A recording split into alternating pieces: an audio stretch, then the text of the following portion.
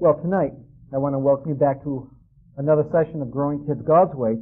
We're going to talk about the appeal process. Now, you have your outlines in front of you, and this is so critical. This is critical not only for those children in the middle years, but certainly critical for your teenagers. In Chapter 11, we address the character of obedience by defining it as immediate, without murmuring, without challenge, and complete. Those are the characteristics of obedience. Now, that's a very difficult task to ask a child. Therefore, sensitivity needs to be part of the training process, or we're going to emotionally abuse our children. For example, discernment dictates that one not ask a child to turn off a television program that you allowed them to watch if there's only a few moments left in the program. That would obviously be very, very exasperating to the child.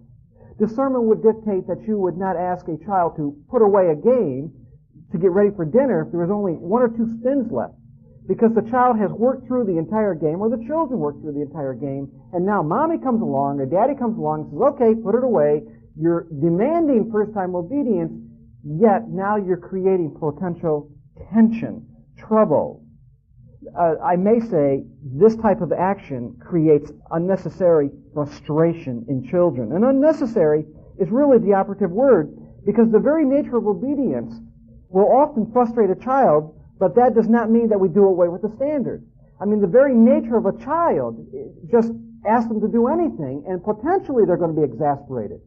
Whether it's necessary exasperation or unnecessary exasperation really becomes the key. Do we exasperate our child?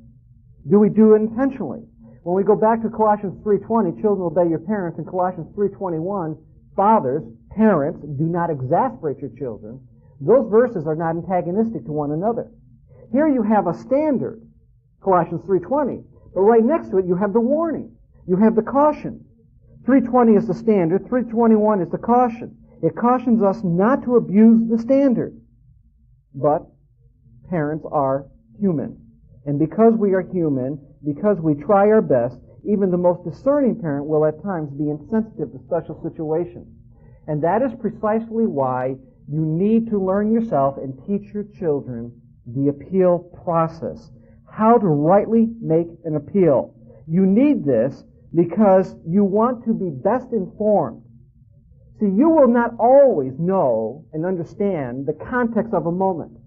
The appeal process allows the child to present you new information that will help you redirect your question, information that may allow you not to compromise your authority, but prevent exasperating the child. Let me give you an example. Let's take the one we talked about, the television example. And let's say that Nathan's mother was not aware that the program that he was watching was nearly over. But she comes along and she says, Nathan, I want you to get ready for dinner. Turn off the television and get ready for dinner. Now, her instructions are going to create tension. It's tension between instruction versus compliance. Here's the problem. Does he leave the program frustrated but obedient? Or does he take a chance to disobey his mother but satisfy the heightened moments of finding the conclusion of the program? Now, what's he going to do? You see, without the appeal process being in the child's life, part of the parent-child relationship, someone's going to lose in a situation where no one has to lose. That's why the appeal process is so important. Part of the biggest percentage of contributing factors, problems associated with what we see in teenage rebellion, is the fact that teens are so exasperated by the rule. Now, we don't solve the problem by getting rid of the rule. We solve the problem by better understanding the role of authority in the appeal process itself. You see, with Nathan, given these circumstances, obedience will leave him in a state of exasperation, and that's going to violate Colossians 3:21. If he takes a chance and disobeys his mommy, then that's going to violate Colossians 3:20. It's going to violate the standard. Only the appeal process can bridge the two, can bridge the standard, the compliance, with the not exasperating the child, the instructions to parents not to exasperate the child. The appeal process is a biblical concept. You can go back to Daniel. In the very first chapter, King Nebuchadnezzar's servants were instructed to tell the 4 young Jewish boys, Shadrach, Meshach, and Abednego, along with Daniel, that they were going to serve in Nebuchadnezzar's court. That meant that they had to drink the king's wine and eat the king's meat. Now, Daniel did not want to defile himself with the king's meat or by drinking the king's wine, so he made an appeal to what would have been his immediate supervisor, and that appeal won him favor. Paul said he was going to appeal to Caesar. He was going to bring his case to Caesar. In other words, a decision was made, but there was information. He was going to bring it to a higher court. Appeals are not only given in terms of higher courts, but we appeal one to another. Paul, again, when he was in Rome and in prison, there was a slave that he found. The slave's name was Onesimus. And he's writing now, Paul's writing back to his friend Philemon, appealing to Philemon to take back his runaway slave now that he was a convert. There is a horizontal appeal. So the appeal process is really a biblical concept associated with authority. Now, the appeal process has many benefits. In your workbook, I have listed these benefits. I'm just going to run through just a few of them to highlight, to get our session started. Just a few of the benefits that are associated with the appeal process. And remember, the most important thing about this is you have to teach your children the appeal process. This is not just going to happen. This is part of the parent-child relationship. It's part of trust. It's part of leading, and it's certainly part of submitting. Some of the benefits of the appeal process. Number one, the appeal process makes obedience attractive to children when they know their parents are approachable and willing to revisit instructions previously given. I'll tell you, folks, there's a lot of freedom for a child, a young child, a child in the middle years, certainly for a teen, to know that they can come back and talk to mom and dad about those instructions. There is a special freedom there. You remove the temptation to gamble on your instructions when you offer the child or teach the child how to make a proper appeal to your authority. In the story again with Nathan watching television, you would commonly hear from the television, "Nathan, are you coming?" And he would say, "I'm coming, Mom, I'm coming." And then a few minutes pass and there's tension and see, he's gambling, but "I'm coming, Mom, I'm coming," but he's not coming, he's watching television. When the child knows he can make an appeal, then all of a sudden obedience becomes attractive. Obedience becomes fair. Authority is now fair because authority follows the mandates of Scripture. Another benefit, the appeal process protects children from needlessly becoming frustrated. This is so obvious. It protects children from needlessly becoming frustrated. It causes them to have to take action by bringing information to mom and dad. If they are frustrated after receiving the appeal process, then they own their own frustration and it's not on you. A third benefit is that it prepares children to deal correctly with present and future authority. Present and future authority. The appeal process is not just for your family, not just for mommy and daddy.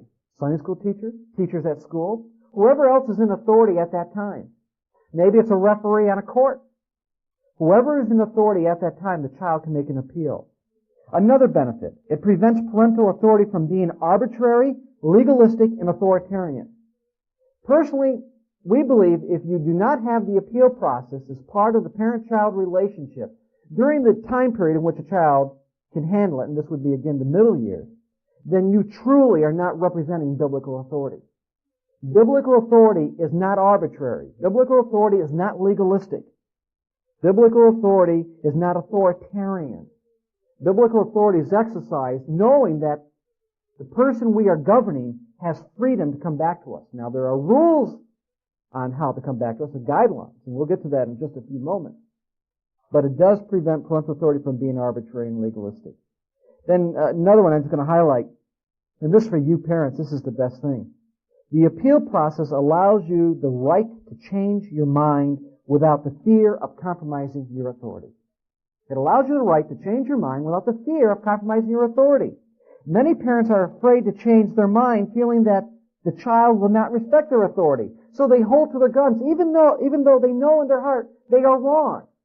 Even though their instructions may actually violate and frustrate the child unnecessarily. The appeal process will allow you, whether you're a parent, whether you're a teacher, whether you're an employer, The appeal process will allow you to change your instructions without compromising your authority, and yet what is most beautiful is that it allows you to maintain harmony within the relationship. The freedom. And again, it gets right back to the beginning. It makes obedience attractive. Now let's move on. Let me talk to you about how the appeal process works.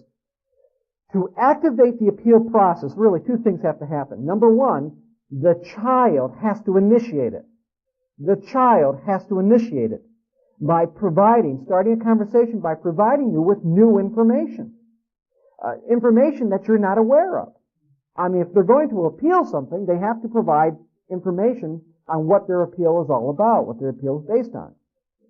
Also, the second thing is the parent's job is to hear and act on the information, realizing that their response may be yes, no, or maybe. Those are all legitimate responses. Just because a child appeals to you does not mean that you automatically have to say yes to their appeal. Not at all. It could be a no. It very well may be, maybe, let mommy or daddy think about it. Let me give you some scenes, some scenarios. It's interesting because these scenarios I'm giving you, they were reported to us by people who were in the class who did not take the appeal process seriously. They found themselves in the situation, and then they came back to us telling us now they realize the benefit of the appeal process. In the first example, the story is about Bob and his family, Bob being the father. They found seats in the bleacher. They were at some sporting event. They found seats in the bleacher. The family moved to their seats. There were some extra seats. And this little guy, Ryan, was sitting down the end of the bleachers. And so the father said, Ryan, you come up here and you sit with the family. And Ryan said, no, Dad. I want to sit here. No, Ryan, I want you to come up here.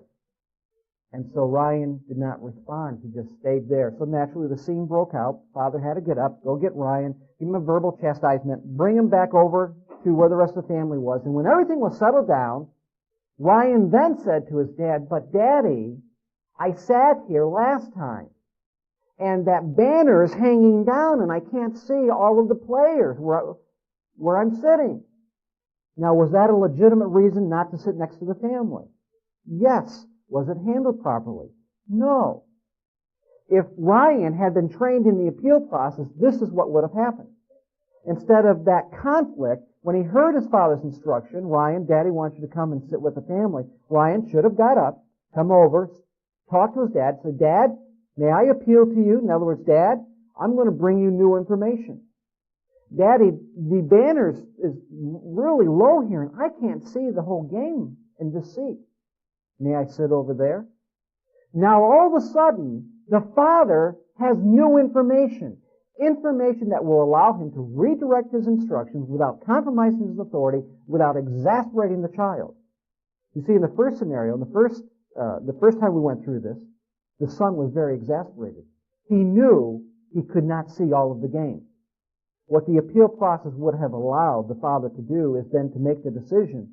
Yes, you can sit over there, or find an alternative. Well, no, son, you can't sit there, but there's some seats down here. Maybe you can sit down here. Or, no, son, you sit here and Dad will sit there. You see, the appeal process would have avoided all of this. Let me give you another example. It was laundry day, and Jane, the mom, was driving the kids home from school, and she's made the statement, when you children get home, I want you to change your clothes, go downstairs to the basement, get your clean clothes, fold them, and bring them upstairs and put them away. Children did exactly as Mom told when they got home. While they were doing that, though, Dad came in and said, I asked those children this morning to put away the trash barrels. They're still on the street. I told them to do it as soon as they got home from school. They disobeyed me. Now, what's the problem? The problem here is that you have two sets of instruction given simultaneously by two authorities.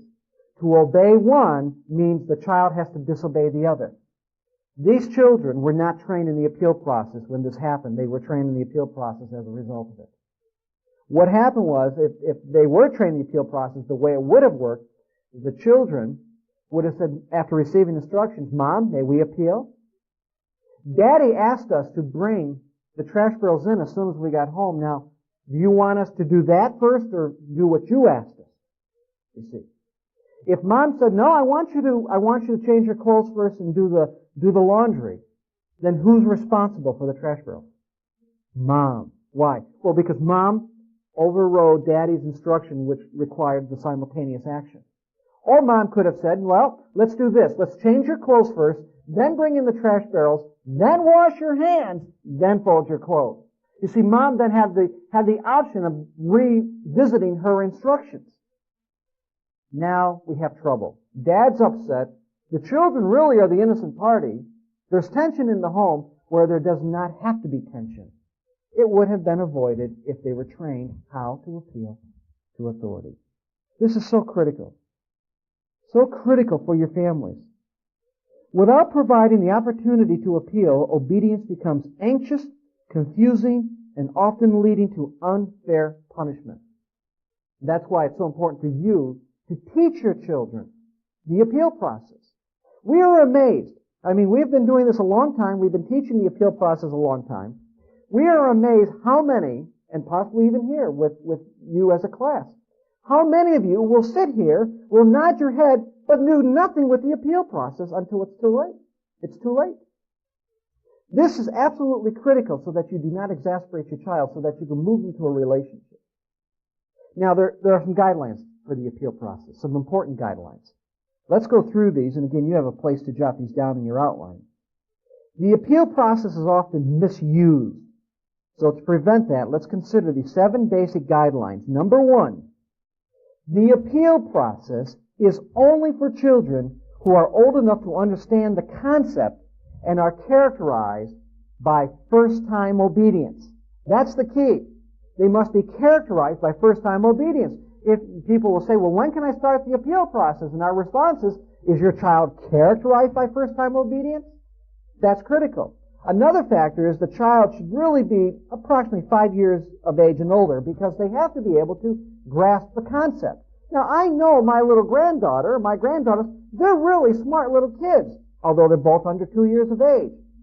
2.5 or 3 or 4, that's much too early to begin the appeal process. They are still working on first-time obedience, becoming characterized by that. The appeal process is for the children that are going into the middle years and that are characterized by first-time obedience. It really is important that you understand that first guideline. Number 2, the appeal process, or the appeal, must be made to the parent currently giving instructions. It must be made to the parent currently giving instructions. That means that if dad gave instructions, the child is not to come back to mom and say, Mommy, Daddy asked me to do this. The job of you moms is to send that child right back. When our girls tried that, because they're human, when Daddy gave instructions, they went to Anne Marie. Anne Marie said, well, have you talked to your father first? That's the first thing that has to come out of your mouth. And the same thing with you men. Have you talked to your mother first? Because your mother gave you those instructions. I cannot change those instructions. You cannot ask me to change those unless there's a circumstance when Mommy's not home and there's a conflict in that sense. But when Mommy or Daddy gives instruction, the child needs to appeal to that one parent and not the other. If you fail in this, if you say, well, yeah, Daddy will listen to you, no, you don't have to do that. What in fact you will do is you will undermine the mutual authority that needs to be there in order for you to successfully parent. Now, guideline number 3. Parents should only entertain an appeal when the child comes in humility. When the child comes in humility, that meek spirit. It is that gentle spirit that communicates a child's recognition of his parents' right to rule and overrule. The child that comes and says, why can't I? Or do I have to? Or, but Mom, folks, that is not an appeal. That is a challenge to your authority. And the real issue here is not the challenge to the authority. The real issue here is the child has not demonstrated the self-control that he needs in order to properly make the appeal. What a wonderful thing this is. Helping the child gain self-control over their lips, over their emotions, over their mouth, to be able to approach you in honor, to be able to bring you new information, to have that self-control. Mom, may I appeal that? That's all it is. Self-control. We do not entertain And we advise you not to entertain an appeal if the child does not have control, if there's not some humility being demonstrated right there. The appeal must be made face-to-face, by the way, and not shouted from room to room. That's all part of it. There's no humility in a child saying, Mom, may I appeal? You know, no. The child needs to get up and come to Mommy. That's really part of humility. Guideline number 4. Appeals can only be made once. Appeals can only be made once. By that, what do I mean? I mean the child is not to stand there, continually repeat and try to bargain with you. But Mommy, Daddy, let's talk. No, the appeals should only be made once. The child must learn to accept no gracefully and do as told, and that's going to happen when the child learns that Mommy and Daddy are trustworthy and will listen to the legitimate appeals. I assure you, when you listen and you act correctly on their legitimate appeals, you strengthen the parent-child trust bond, the relationship there, the confidence they have in you. Yes, these are fair governors in my life, my mother and father. I can trust them. It gets back to obedience really is attractive because I know that they will do anything and everything not to exasperate me when legitimately there is new information that they need to revisit when giving instructions. The next one. This is a tough one for a lot of you. Start by teaching your child to use the phrase, may I appeal? May I appeal?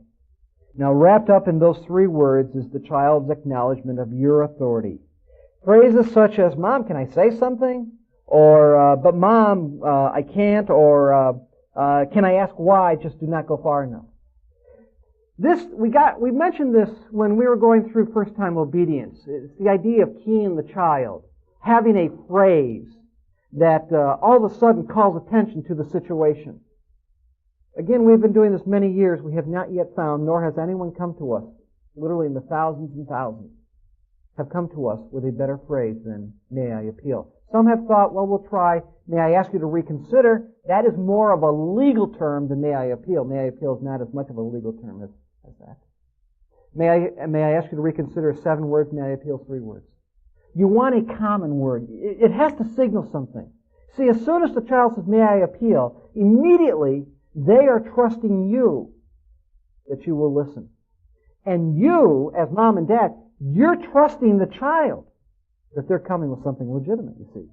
It's the common. I'm reminded of the story of the shepherds. Often when they used to travel, and even now in some of the eastern countries, the shepherds will travel and they'll have their herds. And when one shepherd is coming with his herd on the roadway and another shepherd's coming and they're going to cross, and maybe they know each other, all of a sudden the sheep start doing what sheep do. You know, they sniff each other and the shepherds are talking, and now the sheep are all intermingled. And you wonder, how are we going to separate them? Well, that's why Jesus said, my sheep know my voice. Because when the shepherds are ready to move on, they just have a special yell or yelp, whatever that may be, and the sheep's ear pick up immediately on what the shepherd is saying. They immediately tune in. And then as the shepherds separate, the sheep separate and they go along with their shepherd. Well, that's, in a sense, exactly what happens when you use a phrase, a key phrase such as, may I appeal. All of a sudden, you tune in and they tune in, and it means something. It's a silent contract. That's what it is. It's a contract that you have. I'm trusting that you're coming with something important and legitimate. You're trusting me as mom and dad that I'm going to respond according to the rules of the appeal process. Number 6, the appeal process is a privilege. That's the key word. It's a privilege. It's not a way to avoid objectionable tasks or to get out of personal responsibility. Now, folks, don't ruin a good thing by letting your children appeal everything. It's time for you to take out the garbage, son. Dad, may I appeal? The garbage smells. I don't want to. That is not a legitimate appeal. The appeal has to be new information. Now, let me give you, using that scenario, but a different context. Son, it's time for you to take out the garbage. Dad, I only have another 5 pages to read in my book. May I finish the book first, then take out the garbage? You see, in that context, that would be a legitimate appeal. Asking the parent, appealing to the parent, giving that new information. The parent may say, no, if you got that many pages, why don't you take the garbage out now and come back to it? Or, yes, that sounds fair, but as soon as you're done reading the pages, you need to take care of it, you see. When the child learns that they can trust mommy and daddy on the appeal, then daddy and mommy learn equally they can trust the child. And there is this sense that neither one wants to violate each other's trust, so they follow through on it. It's a privilege. Guideline number 7. If the appeal process is to work effectively, parents must be fair and flexible. Fair and flexible. Think about why you say no. Is there a good reason why it cannot be yes? Now, I realize, men, and I'll speak only on behalf of men, sometimes we walk through the door and our kids hit us immediately. Daddy, can we go here or can we go there? And our first response is no. But what we try to do with our children is, for the first 5 minutes, we don't ask Daddy anything. Don't put, and you're right, I mean, that's only fair. Don't put pressure, and it may be true with Mom. For the first 5 minutes, when she walks through the door, don't ask anything. And that is merely a courtesy, because often our first response is no. Well, my challenge to you is when you do make those responses, even after 5 minutes, is there a good reason why it cannot be yes? The appeal process will work. It will build trust.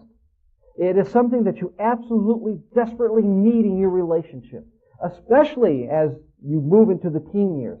In fact, the trust that comes from the appeal process better be there before you move into the teen years, because that only strengthens those years. You need it. Let's review how to teach the appeal process. This is really simple. This is basic. How can you make the appeal process part of your family? How about 3 simple steps? Okay, first of all, remember the first guideline we gave you, the child has to be old enough to understand the concept, right? So, with this lesson in hand, sit down with your children and work through the principles and the examples and the guidelines. That's the first thing, especially if you have older children. In fact, if you have older children, in the upper end of the middle years, you should have been all along the way going through every single lesson with them. Because the older children, they're curious. They want to know, Mommy and Daddy, so what are you learning in that parenting class?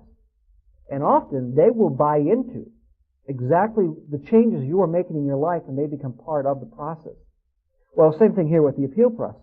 Go ahead, take this lesson, sit down with the children, go through the examples, and share it with them.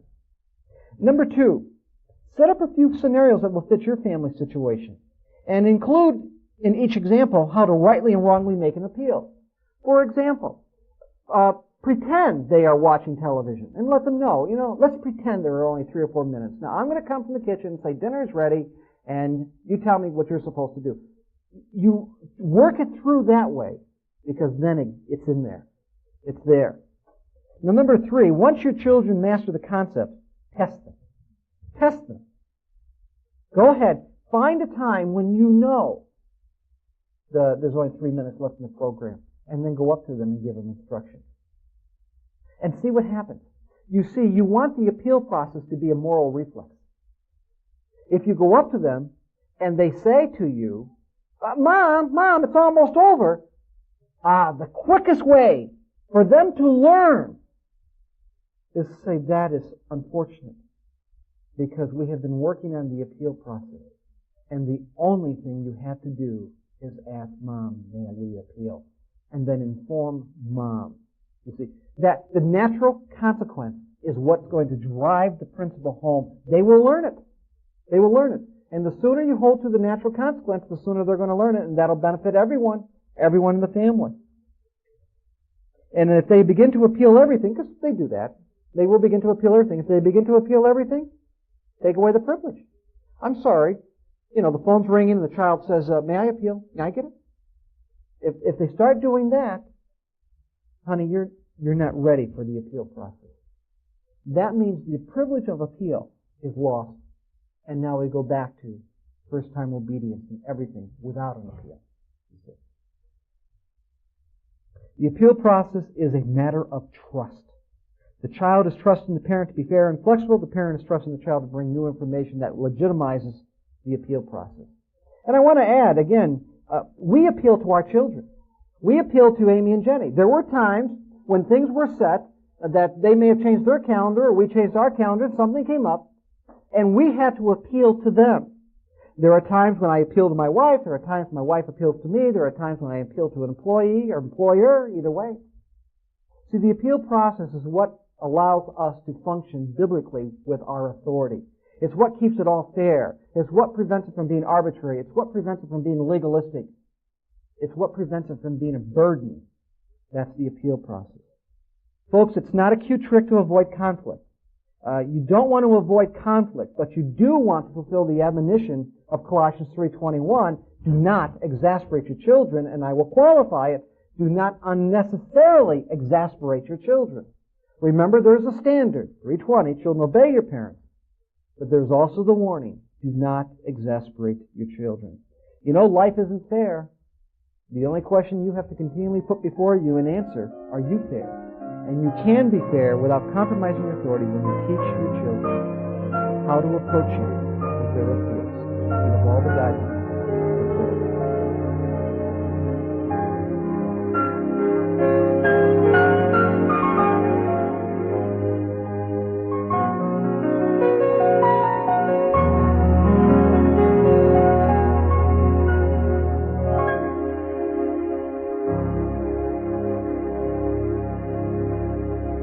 Now that the lesson is complete, I'm sure you're able to better understand that balance that we said was going to come between Colossians 3:20 and Colossians 3:21. The appeal process is that bridge that is going to balance out the child coming to obedience, but yet not becoming frustrated in the process. And another word of encouragement, particularly for those of you that are in the disciplinary phase of your parenting, and you're thinking, there's so many boundaries. Hopefully, even though you're not going to be able to apply this lesson for probably several years for some of you, it will give you the opportunity to see, oh, I'm not becoming an authoritarian parent. As my child is characterized by obedience and matures, I am going to offer them this platform to come and provide the information. Actually, honey, they don't have to wait till the children are in the middle years to apply the principle, because they should be applying it with one another as a husband and wife. They should really get into the mode of operation where it's become such a natural part of their relationship. You know, you and I do that. We That's appeal true. one to another, and of course, where we're at with our children, we appeal to them, or we'll appeal to our son-in-laws, and they will do the same for us. At this point, it's a courtesy. Almost. It's the preciousness of others. And we've found that in teaching any of these things, implementing any of these things we talked about, like the interrupt rule, or yes, mom, or yes, dad, the more we do it, the quicker the children catch on. And in fact, when we're going through that period of training, when we're teaching them to say yes, mom, or yes, dad, we'll make it a point to say yes, Julie, or yes, Eric, what would you like? Or trying to encourage the interrupt rule. And, all of these things. All go together. More is caught than taught. Right. So that's a critical thing. We also realize, we've been teaching this lesson for a long time, and for some of you parents, you think, well, maybe not, as far as making the application to the principles. Words of encouragement for them. But I think many people might agree with the principle, but they're probably saying to themselves, like we had originally said to ourselves, do I have to use the words, may I appeal? Seems a little stuffy. And Julie and I grappled with that for a time, and we were trying to think of other words that we could use, but we had never come up with one that was easier trained to our children. They caught on to it quickly. And also, it was sort of a respectable term. It had a high calling to it, and it took it out of the context of everyday language, kind of rose a red flag in our minds and for our children's minds, for them to say, this is an important thing, this is a serious thing, this is not just some flip language that I'm coming back to mom and dad with. That is excellent. And it is so different from their ordinary everyday language. As Eric said, that red flag comes up. I mean, we use terms of, may I say something? Mom and Dad, I need to speak to you about this. Or could I ask that you would change your decision, perhaps? None of it works. Other words can be too easily misconstrued as disrespect. May I say something? Or can I say something? You can see the difference between that. Yeah, honey, what you both said, taking it out of the everyday language, that's the key. And that's why we believe, and we teach, may I appeal. Again, we want to remember, parents, you want to remember that We're talking about now the vehicle delivering the principle. The principle has to do with authority, submission, fairness, not exasperating your children. The vehicle is may I appeal. Mm-hmm. And again, three words that makes it easier for a child to learn. And I think it took us approximately, maybe even over a year before we kind of conceded to the fact that may I appeal was the appropriate way to do this. Well, we were dealing with your rebellion at that time. That's absolutely true. Boy, I just was thinking in relationship to of how important this whole concept will be as your children are moving along in those middle years, and particularly again for the teen years. Well, we're going to talk about the teen years in our next session. We're going to be talking about the relationship. We're going to talk about why teens rebel. We're going to talk about why the family becomes fragmented during those years. And we can tell you right now, part of it has to do with they have never learned how to trust. And the vehicle that delivers much of this trust is the appeal process. We don't take this seriously enough in the early years. We find ourselves now in the teen years, and we're saying, how do I pull it all together? We're coming to you, warning you now, this is vital in your parenting. If you're struggling with may I appeal, bring it before the Lord. Your children don't care.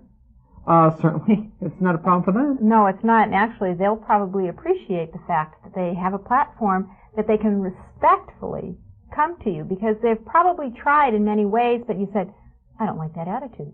Or, different responses from your part to the child, which further frustrates them and exasperates them. Attitude is important. You simply cannot say, may I appeal? No. With the attitude, we said in the guidelines they have to come in humility. You've taught that to your children. That's right. They have to come with a good attitude. That's the important thing. It's a serious thing for them to come back after your command to do something and to address you. That's a serious thing. So that's why we need, may I appeal, with a good attitude. Not only do you have to have a good attitude, folks, you know what this is? Right back, fundamentally, what we've been saying right along. Self-control training. Self-control over their tongues, over their lips, over their passions, self-control over their emotions, over their negative emotions.